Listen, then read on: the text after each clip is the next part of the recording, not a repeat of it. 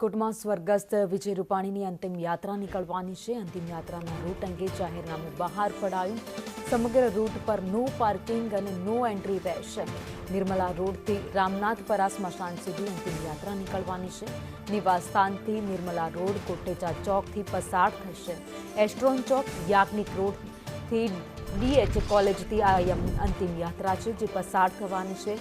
માલવિયા ચોક corporation ચોકથી પસાર થશે। Dharmendra road सांगणवा चौकથી Bhupendra રોડથી આ અંતિમ યાત્રા પસાર થવાની છે। તે દરમિયાન નો વ્હીકલ ઝોન આપવામાં આવ્યો છે, નો પાર્કિંગ ઝોન જાહેર કરવામાં આવ્યો છે। રામનાથપરા સ્મશાનમાં અંતિમ સંસ્કાર તેમના કરવામાં આવશે।